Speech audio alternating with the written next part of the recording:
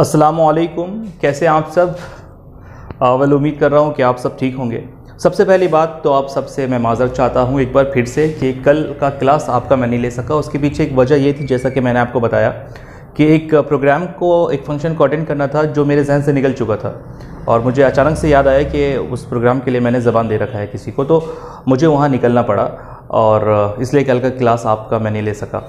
तो बहरकैफ़ ये कल की बात थी। आज आपका और हमारा पहला क्लास है, तो लोग जुड़ना शुरू हो रहे हैं। ओके, चलिए जैसे जैसे लोग जुड़ रहे हैं इट्स गुड, और जो लोग बाद में भी आएंगे तो उन्हें परेशान होने की ज़रूरत नहीं है कि आप चाहें तो आपके पास ये लिंक होगा और आप इस लिंक के थ्रू इस वीडियो को दोबारा देख सकेंगे। बस आपको ये लिंक किसी और को शेयर नहीं करना, ये लिंक बस इस ग्रुप तक महदूद है। तो देखिए, इंग्लिश क्यों सीखना है, क्यों नहीं सीखना, ये सारी चीज़ें पे बात करने की ज़रूरत नहीं है, ये सब आप पे खूब भी जानते हैं।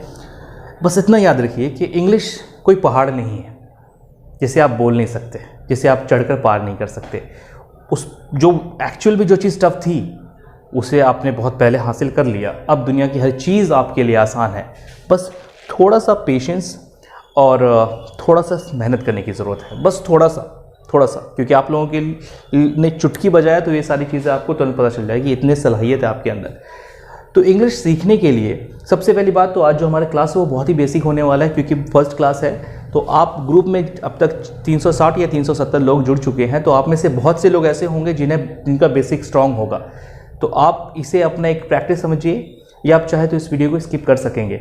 लेकिन ऐसे बहुत से लोग होंगे जिनका बेसिक स्ट्रांग नहीं होगा, तो ये आपके लिए नया होगा।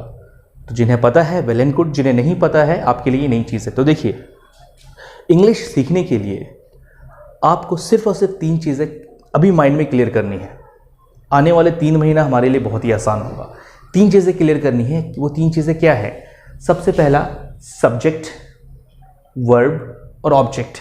ये सब्जेक्ट क्या है, वर्ब क्या है और ऑब्जेक्ट क्या है, बस इतना ही हमें समझना है। इसके बाद हम लोग डेप्थ में एकदम ही नहीं जाएंगे, क्योंकि हमारा पूरा फोकस होने वाला है कम्युनिकेशन पे, स्पीकिंग पे। ओके, सो सबसे पहले हमने लिखा है सब्जेक्ट। सब्जेक्ट क्या है? कोई भी काम अपने आप नहीं होता, उस काम को करने वाला कोई होता है। तो जो करने वाला है that is subject. For example, I, you, we, they, he, she, name या फिर इट। आई का मतलब होता है मैं, यू मतलब तुम, वी मतलब हम लोग, दे मतलब वो लोग, ही मतलब वो जो सिर्फ लड़कों के लिए लगता है, लड़का के लिए, शी मतलब भी वो लेकिन जो सिर्फ लड़की के लिए लगे, नाम तो नाम है, और इट का मतलब ये। तो ये सारे, कोई भी काम को सिर्फ ये सारे लोग ही परफॉर्म करते हैं। अगर आपको बोलना है कि मैं बाजार जाता हूँ, अब बाजार जाता हूँ का क्या मतलब हुआ? कौन बाजार जा रहा है? तो ये सारे लोग में से ही बाजार जाएंगे। यानी कोई भी काम, उस काम को करने वाले, उस काम को किसके जरिए किया जा रहा है, जिसके जरिए किया जा रहा है दैट इज सब्जेक्ट। और आसान भाषा में बोले तो मैं, तुम, हम लोग, वो लोग, वो या लड़का के लिए हो या लड़की के लिए कोई नाम, या फिर ये I, you, we, they, he, she, name या फिर इट, ये सभी सब्जेक्ट है। नेक्स्ट आता है हमारा वर्ब। वर्ब क्या है? वर्ब है कोई काम। सब्जेक्ट आपको पता हो गया कि मैं, दैट इज आई सब्जेक्ट है। अब आई गो मतलब क्या हुआ? जाना, यानी जाना एक काम है। आई ईट, खाना एक काम है। यानी कोई भी काम जो हो रहा हो दैट इज वर्ब। और अगर आसान भाषा में हम समझे, आसान लफ्ज में समझे, तो किसी भी वर्ड के लास्ट में अगर ना लगा हुआ है, नाना नानी को छोड़ के, हाँ नाना, अब आप ये मत कहना कि सर नाना में भी तो ना लगा हुआ है लास्ट में, तो नाना वर्ब हो गया, नहीं।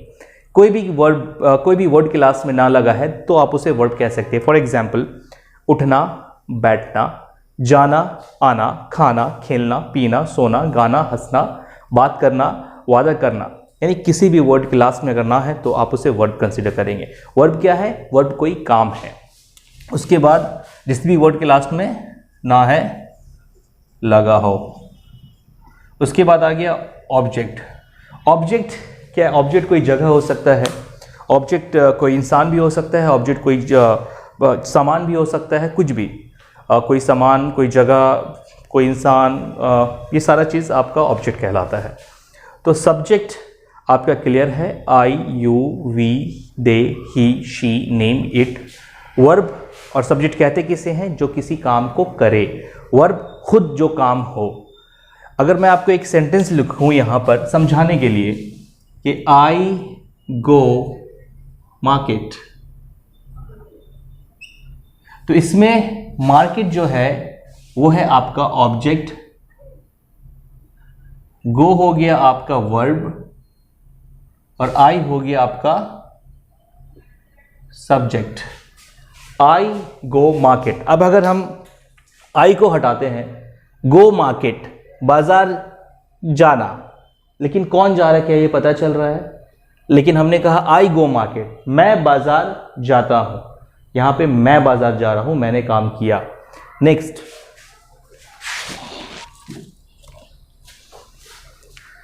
तो एक बहुत ही ब्रीफ इंट्रोडक्शन था सब्जेक्ट को, वर्ब को और ऑब्जेक्ट को पहचानने का। अब आप में से जितने लोगों को भी डाउट होगा कि सब्जेक्ट क्या है, वर्ब क्या है और ऑब्जेक्ट क्या है, आप मुझे मैसेज करके पूछ सकते हैं। इससे ज़्यादा आज की क्लास में समझने की कोई भी ज़रूरत नहीं है। अगर आप 3 महीनों का साथ चाहते हैं तो आप एक एक क्लास को अटेंड करें और एक एक क्लास में आपको जैसे कह रहा हूँ बस उतना ही करें। अब तक हमने 500 से ज़्यादा बच्चों को इंग्लिश में ट्रेन किया है पिछले 9-10 महीनों में, और अल्हम्दुलिल्लाह उनका परफॉर्मेंस बहुत ही अच्छा रहा है। तो अगर आपने साथ दिया और थोड़ी सी मेहनत की तो इंशाअल्लाह हमारा परफॉर्मेंस भी बहुत ही अच्छा होगा। बस आज के लिए आपका कॉन्सेप्ट बस इतना क्लियर होना चाहिए कि सब्जेक्ट क्या है, ऑब्जेक्ट क्या है और वर्ब क्या है। नेक्स्ट क्लास में हम लोग आगे बढ़ेंगे सब्जेक्ट, ऑब्जेक्ट और वर्ब के साथ। हम लोग फिर अपना क्लास स्टार्ट करेंगे। तो ये बेसिक कॉन्सेप्ट था। अगर आप में से किसी लोगों को भी, और यस बहुत से लोग कमेंट कर रहे हैं अभी, आप में से किसी भी लोगों को अगर ये समझ में नहीं आए तो आप मुझे मैसेज करें, इंडिविजुअल मैसेज करें और मैं आपको बताऊंगा। और एक चीज़, ये जो मैंने यहाँ सब्जेक्ट, ऑब्जेक्ट, वर्ब लिखा हुआ है, इसका एक इमेज फॉर्मेट आपको मिल जाएगा, जिसे चाहे तो आप अपनी कॉपी में लिख सकते हैं। मिलेंगे हम लोग अगले क्लास में, तब तक के लिए अल्लाह हाफिज़ और